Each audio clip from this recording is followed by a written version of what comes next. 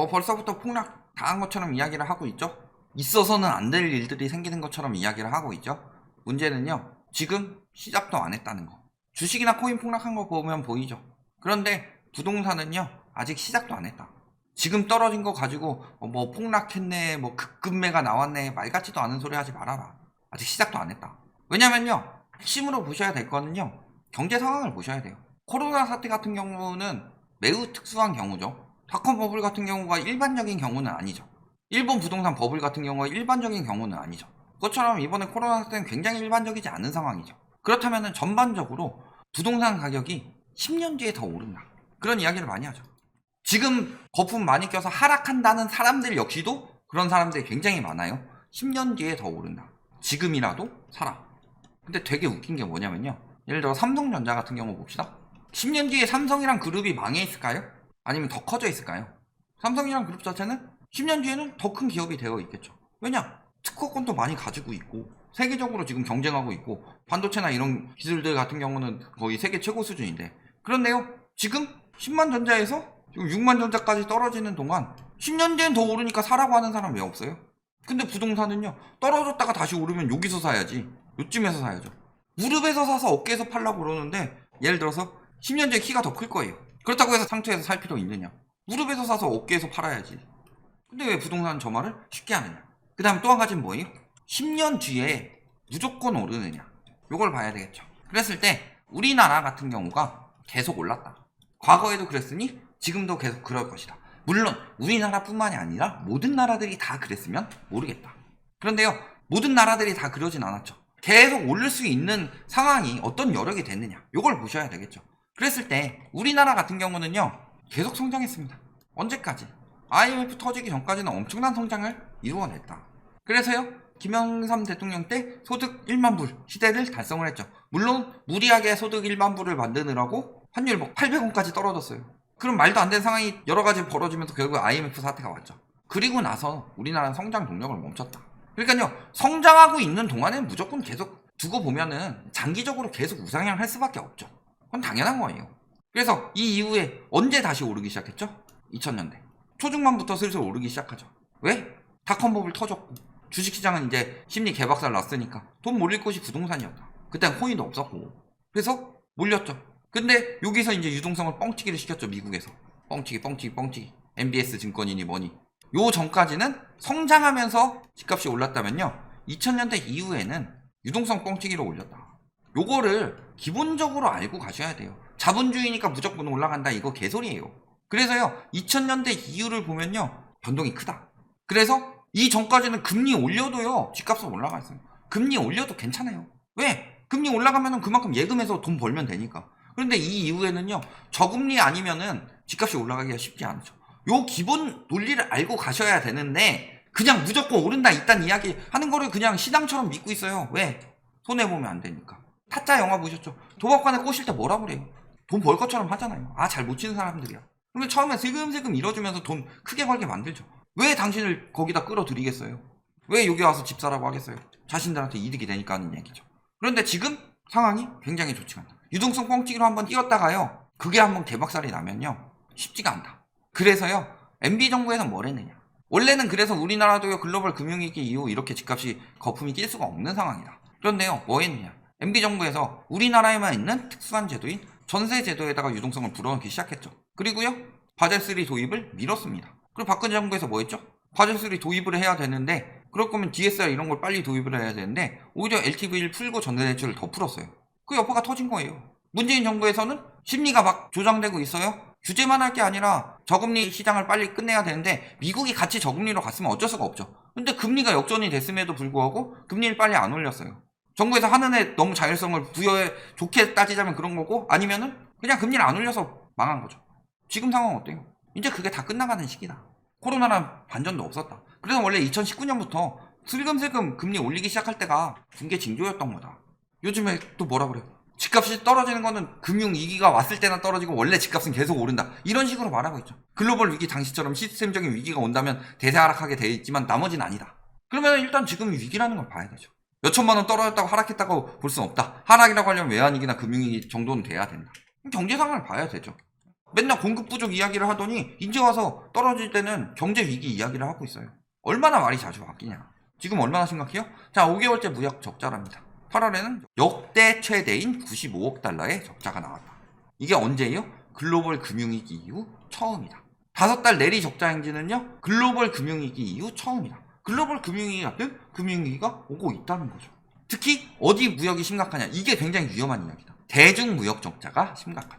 근데 왜 대중무역 적자가 위험하다고 하냐면요, 우리나라의 무역 수지의 대부분은요, 중국에서 수출도 대부분 대중으로 수출을 하고요, 그 다음에 수입한 것까지 했을 때 그렇잖아요. 일본 같은 경우는 오히려 적자인 경우가 많았는데 중국 같은 경우는 우리나라한테 굉장히 수익을 안겨주는 나라였는데 이러고 있다는 거예요. 중국 경제가 안 좋은 여파도 있고, 그 다음에 세계적으로 미국이랑 중국이 맞붙는 여파도 있고, 우리나라가 노선 잘못한 영향도 있죠. 문재인이가 뭐 중국에 붙어 먹었다 개소리고, 우리나라는 미국하고 중국 사이에서 줄타기 해야 되는 나라다. 입지가 그래요. 예를 들어서 세계 2차 대전 났을 때요, 전범국인 독일이 나눠졌죠. 근데 왜 이쪽에서는 전범국인 일본이 안 나눠지고 우리나라가 나눠졌냐? 입지 때문이에요. 그걸 눈치를 봐야 되는 나라고. 엄밀하게 말하면 기분 나쁘게 들릴 수는 있지만, 거기다가 지금 경제성장률 0.7% 나왔습니다. 물론 0.6보다는 올랐는데 올해 뭐 추경호가 2.8% 얘기했나요? 말 같지도 않은 소리죠. 지금 1분기 0.6이고 2분기 0.7인데 하반기 어떻게 살아나냐. 국민 총소득 감소했죠. 경제가 매우 안 좋다는 거죠. 이게 장기화 될 수 있죠. 보세요. 경제성장률 0.7%. 근데 수출이 줄었으니까 성장률이 떨어져야 되는데 뭘로 버텼대요? 민간 소비로. 민간 소비가 어떻게 일어난 거예요? 사회적 거리두기 해제로 민간 소비가 늘어나면서. 자, 엄청나게 해제했죠. 이제는 코로나 돈 받고 검사하셔야 됩니다. 그래서 민간 소비가 늘어나면서 경제를 성장을 시켰다. 그러면요, 두 가지를 보셔야 되겠죠. 하반기 경제시장 또는 장기적 경제시장, 뭐 내년이나 내후년 시장을 볼 때 두 가지 요인이 어떻게 될 것이냐. 무역과 소비, 즉 대외 시장이나 내수 시장을 보셔야 된다는 거죠. 대외랑 내수랑 둘 다 한번 봅시다. 자, 실질소득이 감소했습니다. 내수 시장이 살아날 수가 없죠. 실질소득이 감소한다는 건 무슨 소리냐? 내가 200만원 받아요? 근데 220만원이 됐어요. 그러면은 10%가 올랐죠. 그런데요, 물가가요, 200만원으로 살 수 있는 것들이 지금 살려면 240만원은 줘야 돼요. 그럼 20% 올랐죠. 그럼 월급은 200에서 220으로 올랐지만 막상 이만큼 살 수 있을 소비 여력이 있었다면 지금은요, 이만큼 소비 여력이 안 된다는 소리죠. 물가보다 소득이 빠르게 올라가지 않고 있다. 내수시장이 어떻게 살아나요? 그런데 무슨 이야기하고 있어요? 경제부총리란 인간이 물가가 너무 빨리 오르니까 임금을 억제해요. 그러면요, 내수시장은 더 박살나가는 거죠. 물가는요, 여러 요인이 있죠. 임금도 요인 중에 하나고. 근데 물가보다 임금이 더 빨리 올라간다. 그러면 소비는 살아날 수 있겠죠? 근데 임금을 억제를 해버려요? 그럼 어떻게 되죠? 소비는 살아날 수가 없습니다. 자, 그래서 소비, 판매, 소매 판매 역시도 사상 첫 5개월 연속 감소. 내수시장이 살아날 수가 없다.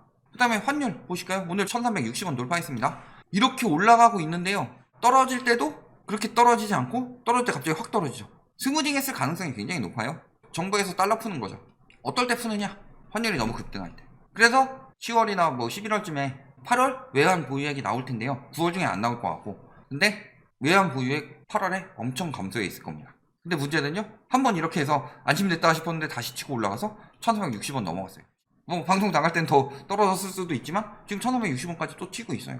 환율이 계속 올라가고 있다. 그러면요, 두 가지를 보셔야 되죠. 아까 내수 이야기했으니까 수출, 대외 수출을 보셔야 되는데, 수출의 핵심은요, 지금 유가, 그 다음에 여러가지, 그 다음 기타 가격이 있겠죠. 뭐 광석이라든가 곡물이라든가 이런 여러가지 있겠지만 그 중에 핵심은 유가죠. 왜냐면은 석유 제품도 있고요, 그 다음에 운송, 보관 이런 것들에 다 들어가기 때문이죠. 그 다음 또 하나 보셔야 될 게 환율이다. 환율이 폭등하고 있죠. 환율이 폭등한다는 건 무슨 소리예요? 수출 물가는 낮아지고 수입 물가는 올라간다.